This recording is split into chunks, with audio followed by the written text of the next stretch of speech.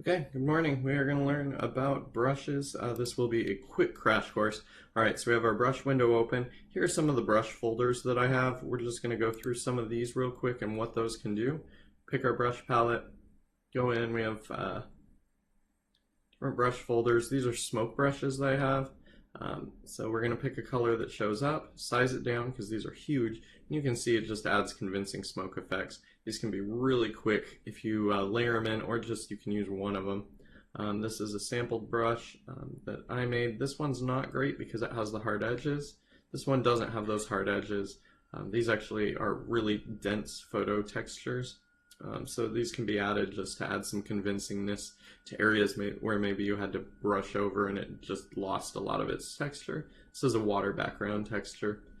So you could paint this onto an underwater object and it would just have that feel of more convincing. You'd want to go in with the liquify brush and smooth that down.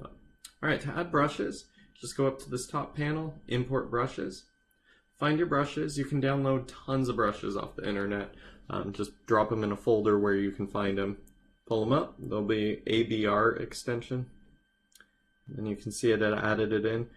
Your versions of Photoshop may not add them in with folders like mine's doing here. It's just something new that was added to kind of control ridiculous amounts of brushes. You can make your own folders. Again, once you update to the newest Photoshop, this will be in there. Alright, so under the brush tip shape, there's a lot of options. You can control the size, you can control the rotation as you saw previously, and then shape dynamics gives you some options.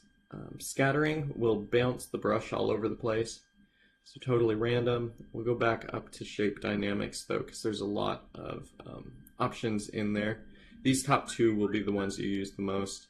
Minimum diameter, that will adjust if you have a size jitter on. Angle jitter will give you slight rotation. When you're using a texture brush and actually painting with it, angle jitter is really handy so it doesn't look like a stamp.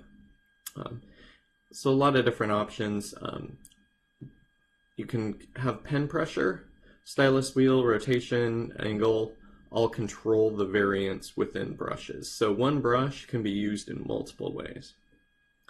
Okay, so now we are going to make our own brushes real quick.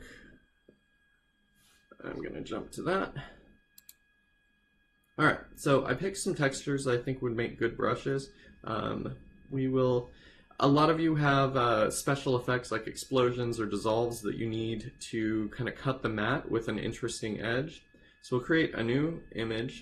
Make sure it's white. With the new Photoshop, you can go up to 5,000 by 5,000. We're going to keep them small since these are pretty small images and just for example right now. And then use white background. Open it. So I have the powder explosions that you guys have, that I've seen in a lot of your works. So we'll go ahead, grab that,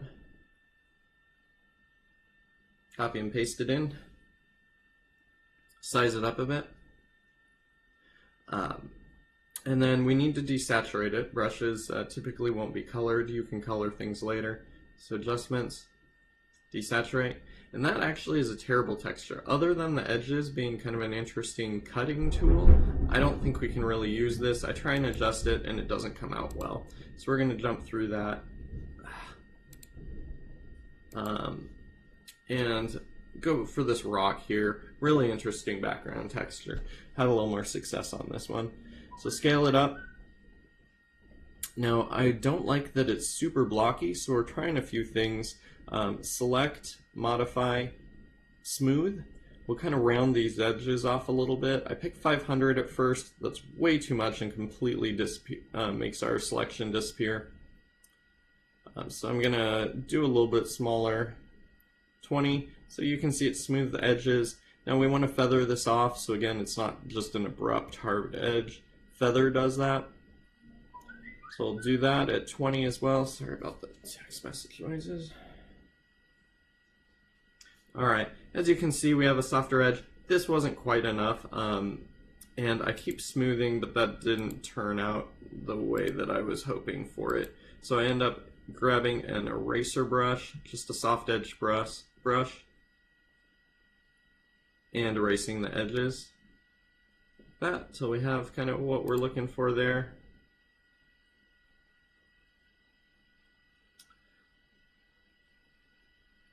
Lighten it up. Just hue and saturation is one area. You could also use brightness and contrast. And bring it up a little bit, and I think that'll be a good brush. So select all, so you have this entire white image. You do want the white edges because that gives you a little bit of fade area. And then we go down, Edit, Define Brush Preset. Name your brush.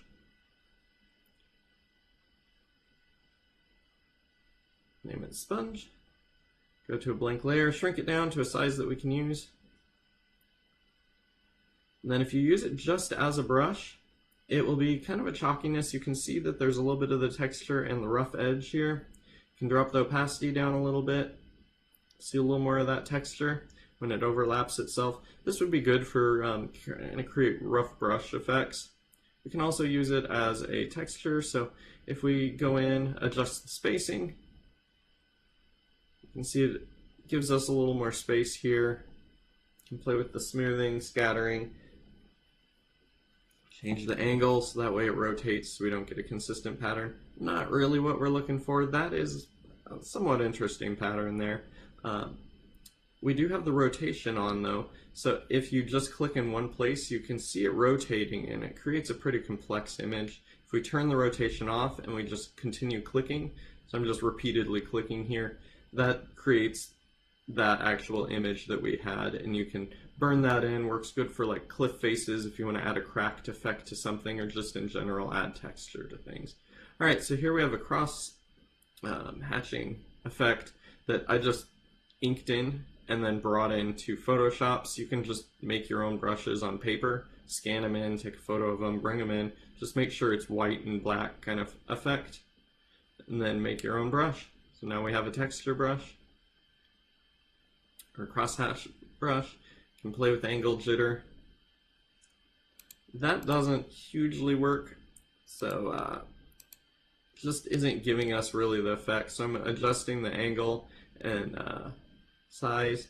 We could grab some areas that we think are interesting though, and then make a new brush out of those, because that there could be an interesting brush for background texture.